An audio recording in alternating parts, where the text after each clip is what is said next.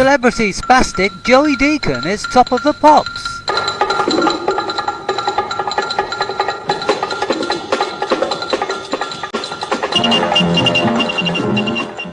Hello and welcome back. Yes, this is the main build video of the Tamiya F-4B Phantom 2, and yeah, it's a lovely kit.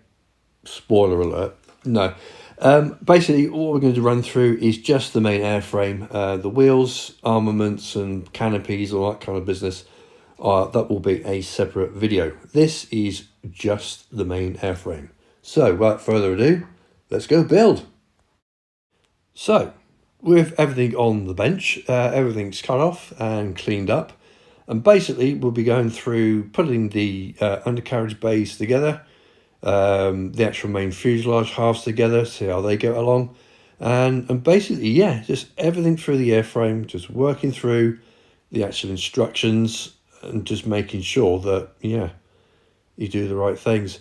I haven't done them as per the instructions. I have dibbled and dabbled and gone back and forth and all that kind of stuff, so it isn't in any sort of like instruction order.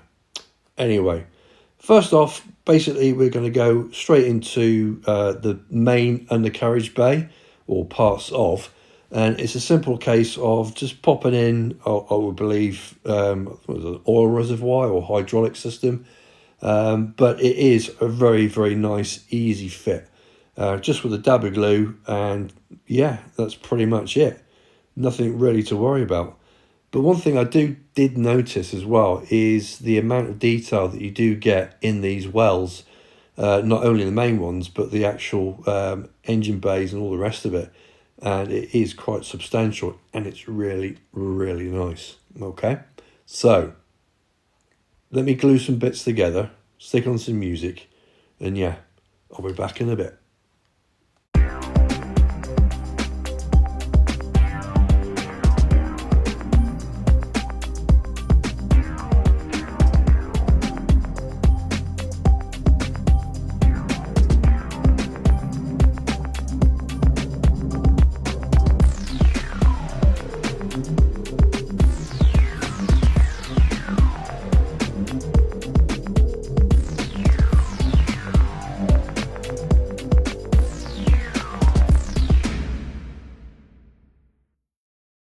Okay, so once you've put all the undercarriage parts together, next thing is basically ream out all the holes for the pylons, which will have the ordnance and the fuel tanks.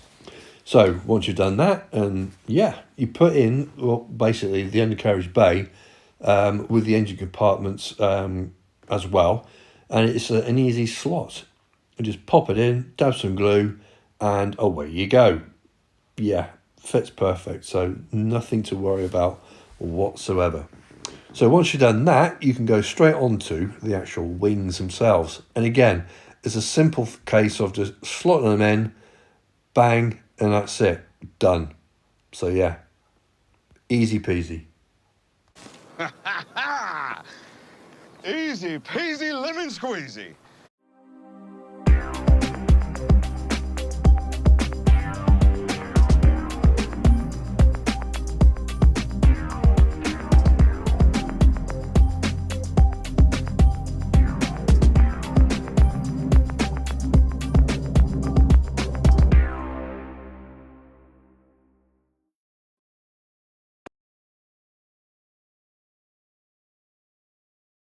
Okay, on to sort of like the rear burner part, or the cans, or the engine, if you want to call it. Again, it's a multi-part affair, but things just glue together. It's fine, absolutely fine. I did sort of like paint it, well, inside the internal green, and sort of like a NATO black with some metallics. So yeah, easily done. Once that was done and ready to be put into the main fuselage, I had to do the front undercarriage as well. Again, it's a multi-part affair. Plenty of detail on the sidewalls and the main sort of like ceiling of the actual wheel bay. And once that's painted up, you should get some really, really nice details just popping out and all the rest of it. So yeah, really cool, really nice. and the fit again was perfect.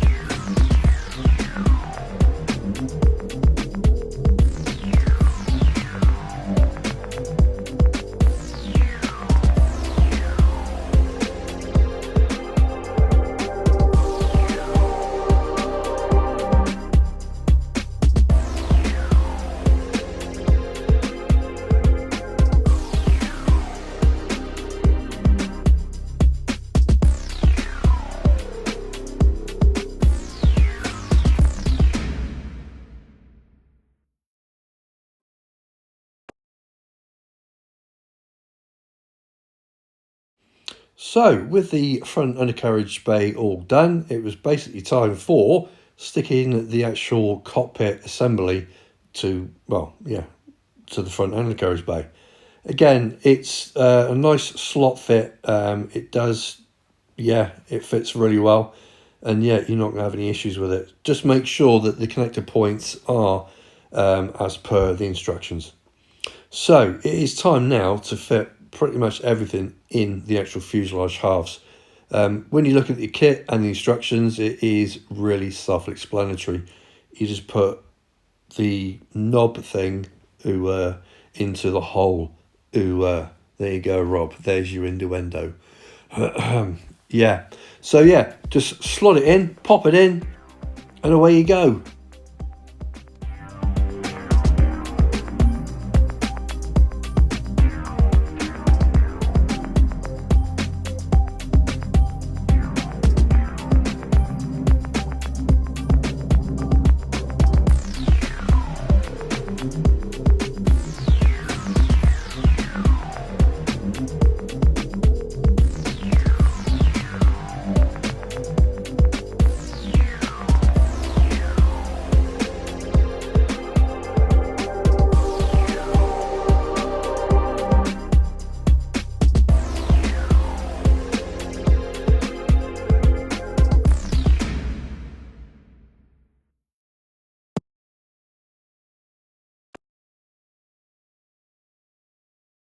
One thing you will notice as well, amongst other kits that you may have built of the Phantom, the actual upper spine part or cover that goes to the top of the fuselage.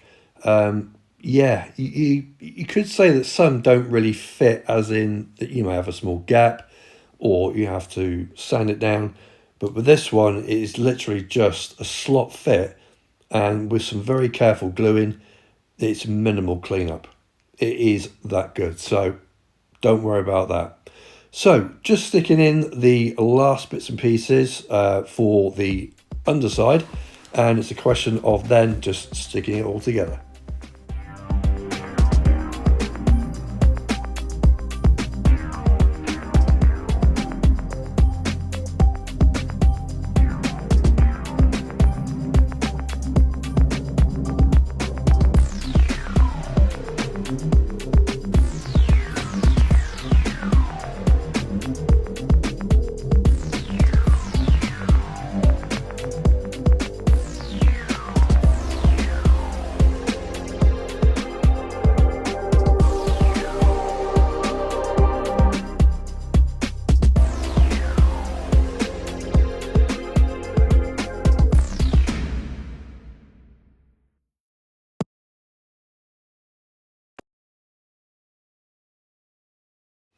So with that on, it's just a simple case now of putting the final part of the main fuselage parts together, which is the front part, which will cover the actual front wheel bay.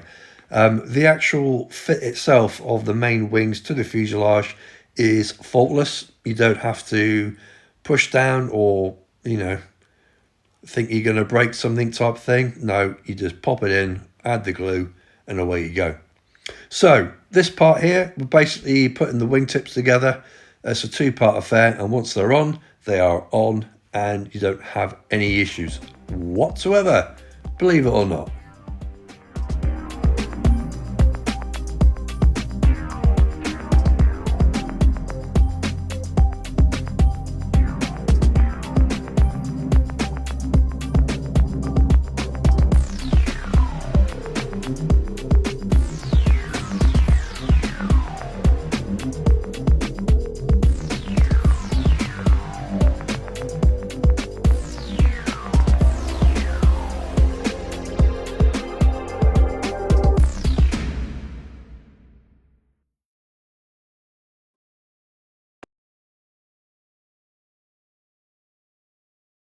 Okay, up next is the radome, and I do believe it may be the target acquisition radar type sensor thing.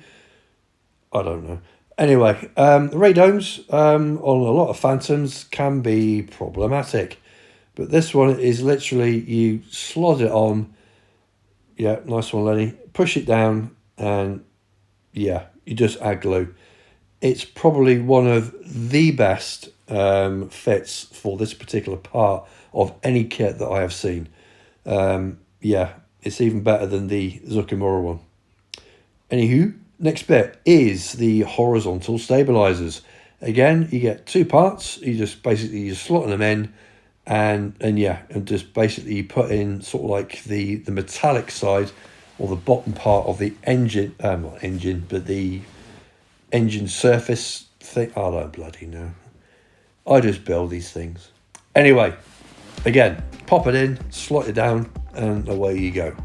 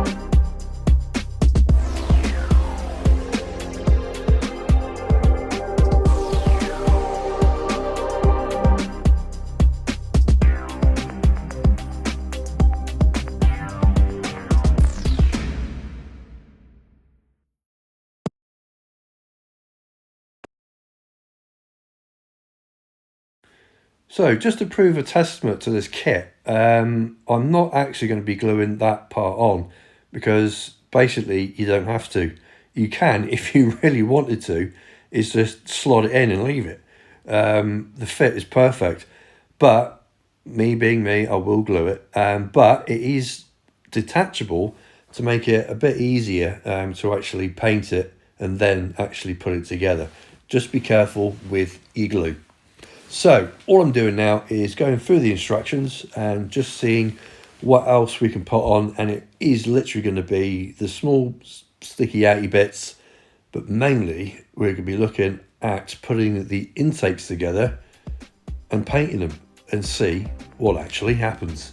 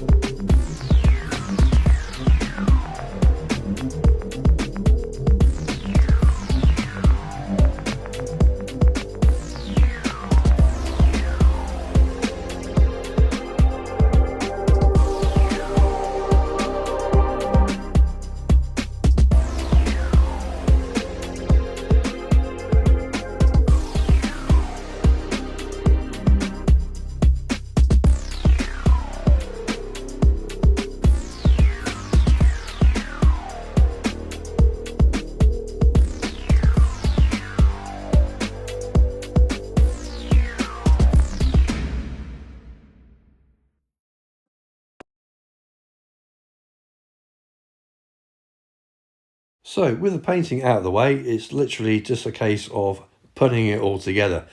Now, as you saw, I painted it a dark grey first, and then went straight on to XF2, which is a white, or matte white. Anywho, right, glue it together. Now, I am not one for making things seamless if I can't see them. So I have not bothered with this. Although the way that the intakes are actually done, it's pointless. You're not going to benefit anything of it, so you just glue it in and have done with it. But what I say is just be very careful with the glue, because you don't want it to seep through and react with the paint. So putting the rest of the intakes together is pretty self-explained and self-explanatory, and yeah, again, you just slot it in. I painted the actual engine fascia with metallics. I think it was Mr. Hobby Metallics, so the buffable paints. So if you are able to look down the actual intakes, you'll be able to see something nice and shiny. Anyway, again, putting it together, again, minimal glue, and some of this, like you just saw there, basically just snaps together. It's like a click fit. So yeah, you're not going to have any issues with that whatsoever, if I haven't mentioned that already. So next challenge was to actually put the actual main intakes in, and yeah, just make sure you got the right one in the right hole. Rob. So yeah, pop it in, glue it in, and that's not the best bit.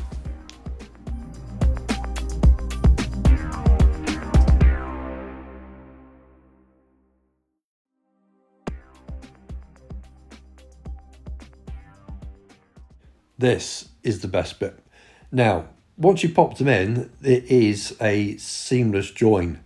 So, you can leave them out.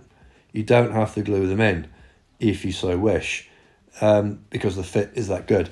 Now, I am going to obviously be gluing mine in, because that's what I do, but it will give you a much better sort of like, or easier deal to actually paint behind the actual intakes itself. So yeah, so after you've actually painted the outside, or inside should I say, you can just literally just slot them in, and again, a small dab of glue, and there is going to be no gap. There is no gap at all. So yeah.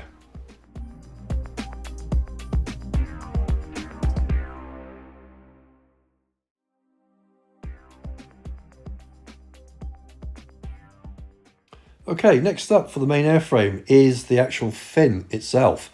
This is breaking up into 4 parts, so I can basically say that hopefully Tamiya are going to be producing some more versions actually of this particular aircraft.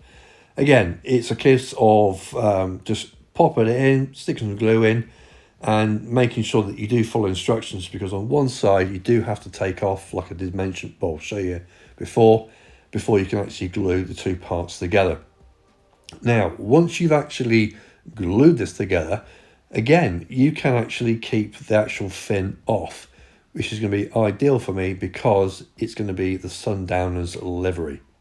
So there you go. That's the main airframe pretty much all done, and it's a simple case of I can take the fin off, the horizontal stabilizers, the actual flaps, and the actual intakes. So yeah, you can basically pop it all down, strip it down, and it'll be ready for your prime and your paint. Ooh. So on to the last bit then, is just to show you the front canopy fit.